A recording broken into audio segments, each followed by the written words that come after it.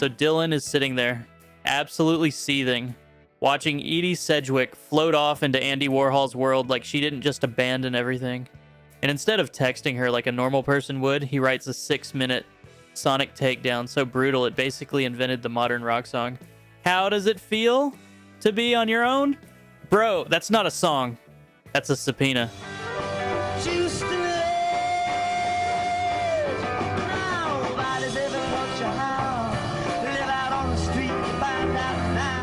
Now here's the wild part. Dylan never confirmed it was about her. Not once. So Edie Sedgwick, one of the most photographed women of the 1960s, may have gone her entire life hearing that song on the radio and genuinely not knowing it was aimed directly at her soul. Either that, or she knew exactly and just had to sit with it. Both options are devastating. This is what happens when you ditch a folk singer for an art world party. You become the answer to a 6-minute rhetorical question.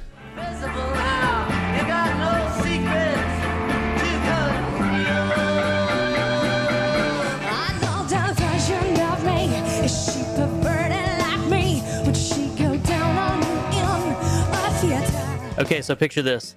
It's 1995. Dave Coulier, yes, Uncle Joey from Full House, is just casually driving around Detroit, radio on, vibing. A song comes on. He thinks, wow, this hook is insane. Then he thinks, wow, this girl can sing. And then, slowly, horribly, the lyrics start landing. The screaming, the fury, the specific surgical emotional destruction, and it hits him. This is about me. This today, I hate to bug in the middle of dinner, but it was a slap in the face. The man had no idea Alanis Morissette was out here, turning their breakup into the most iconic rage anthem of the entire decade. While he's doing cut it out, hand gestures on TV, she's winning Grammys for absolutely eviscerating him on wax. The funniest part? He never even saw it coming. She never told him. She just released it to the world. Respect, honestly. It's not a breakup. That's a verdict.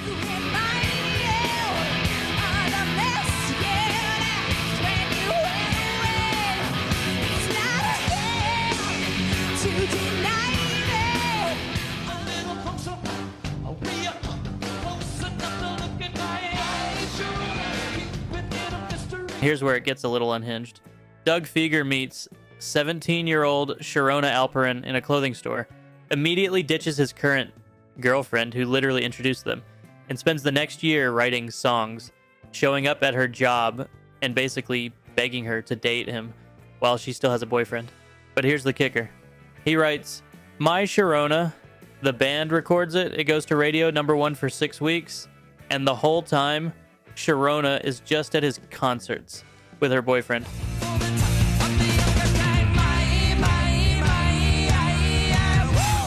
Watching a room full of strangers lose their minds over a song about her that she hasn't even said yes to yet.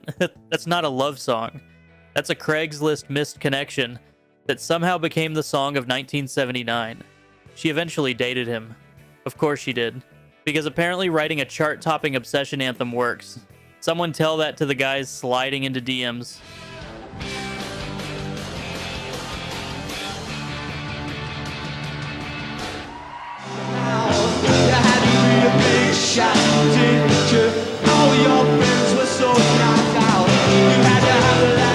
Billy Joel goes to a party. Fancy party. New York City. And there's this person in the room just absolutely dripping with confidence, running the whole vibe, convinced they are the most important human being on the planet. Billy watches. Billy says nothing. Billy goes home and writes one of the pettiest, most perfectly observed character studies in rock history. That person? Bianca Jagger. The ex-wife of Mick Jagger, one of the most glamorous women alive in the late 70s. You had to be a big shot, didn't you? All your friends were so knocked out. She had absolutely zero idea. No one told her. No one warned her. The song just came out. And it wasn't until Billy Joel sat down with Howard Stern years later that the world found out who inspired it.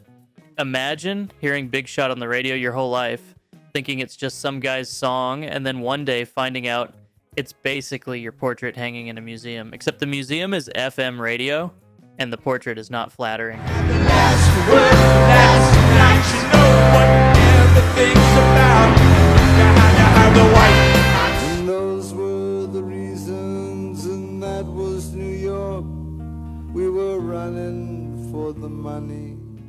This one hits different because the subject never got to find out. Leonard Cohen and Janis Joplin are both staying at the Chelsea Hotel in New York, the most chaotic, creative, absolutely unhinged building in rock history. Cohen gets in the elevator, tells her he's Chris Christopherson, just completely lies about who he is, and somehow that works. They spend a night together. Joplin dies in 1970. 4 years later, Cohen releases Chelsea Hotel No. 2, and the whole world now knows the story. For those of them left, ah, but you got away, didn't you, baby? She never heard it. She never got to have that moment of, wait, is that about me? Cohen later called, naming her publicly an indiscretion and spent years apologizing for it. The song is gorgeous and heartbreaking and slightly scandalous all at once. Janis Joplin inspired one of the most tender songs Leonard Cohen ever wrote, and she never knew. That's not a fun fact. That's just sad. Man. Fist for the ones like us who are oppressed by the figures of beauty. Aren't you captain bound? You'll come back and knock you down. Now, let's move on to Dave Grohl, who, bless him, spent 14 years doing the most unconvincing denial in rock history. I'll Stick Around comes out in 1995, and every single person who hears it goes, this is about Courtney Love, right? The lyrics basically have her name in neon lights. I don't owe you anything. Your rehearsed insanity. Come on. But Grohl just kept shaking his head. Nope. Not about anyone, just a song.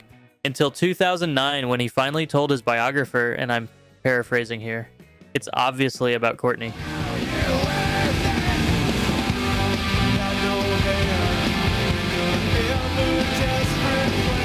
I denied it for 15 years. Just read the words. Meanwhile, Courtney Love is out here, in interviews, in rants, on social media, fully aware, and still having to watch Grohl go, it's not about anybody. For a decade and a half. She knew. He knew she knew. Everyone knew the denial was the whole bit.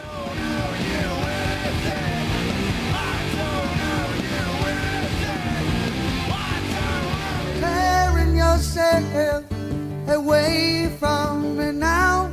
You are free, and I am lonely. Next up is Stephen Stills, who decided the best way to process a breakup with folk legend Judy Collins was to write a nearly 8-minute song about it and release it to the entire world.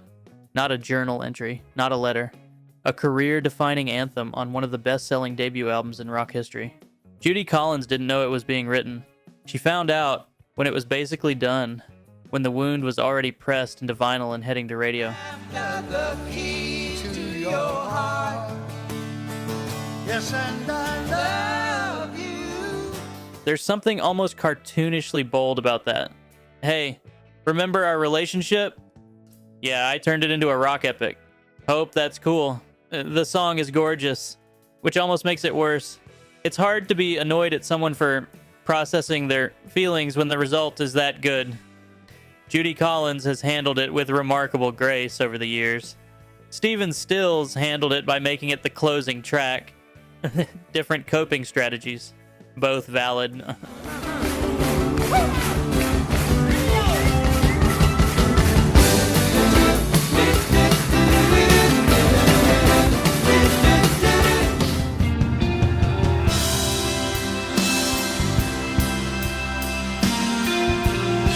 This song might be the most haunting story on this entire list.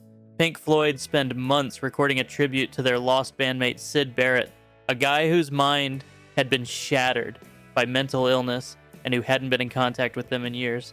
The song is devastating, poetic, one of the greatest pieces of music ever recorded. And then, midway through recording, Syd Barrett walks into the studio. Just shows up, unannounced. Shaved head, no eyebrows, carrying a toothbrush. His own former bandmates didn't recognize him. Keyboardist Rick Wright had to ask who the strange man in the back of the room was. Threatened by shadows at night.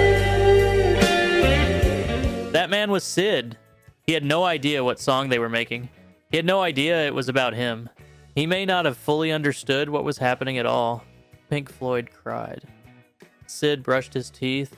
That's the whole story, and it's almost too much to process. Caught in the crossfire of childhood and start. No over you've been running, having much too long. Now we got to talk about a song where the subject did find out, and you can decide what to do with that. Eric Clapton is secretly in love with Patty Boyd, who is married to his best friend George Harrison. Instead of, not doing that, he writes one of the greatest rock songs ever recorded and then plays it for her privately in a flat in London. Just the two of them. Tape recorder, full volume. Watching her face the whole time. Patty Boyd's first thought, in her own words, was, "Oh God, everyone's gonna know this is about me. She wasn't wrong. The whole world figured it out." Got me on my knees, Layla. Begging, darling, please, Layla. The song is basically a signed confession. She stayed with George for a few more years, eventually left, married Clapton, then divorced Clapton. Meanwhile, Layla just keeps being a timeless classic that plays at every rock radio station on earth. Clapton turned unrequited obsession into a legacy. Make of that what you will.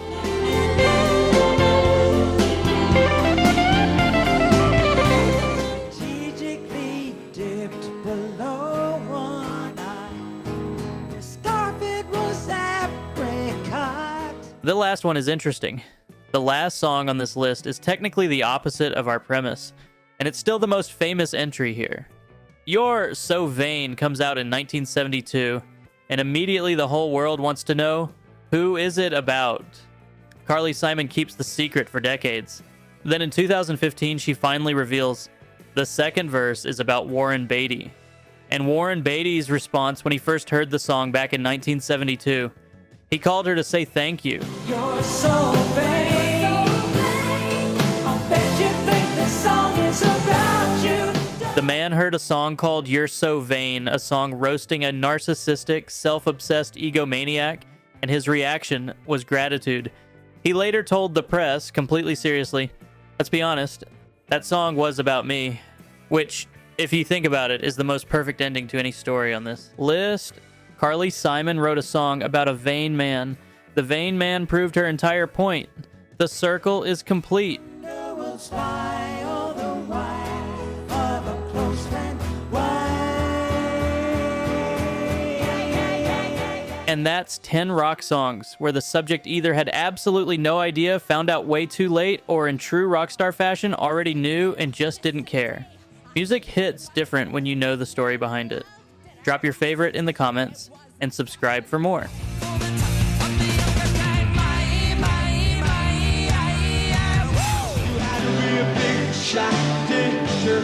All your friends were so knocked out. For those of them left. Ah, but you got away, didn't you, baby?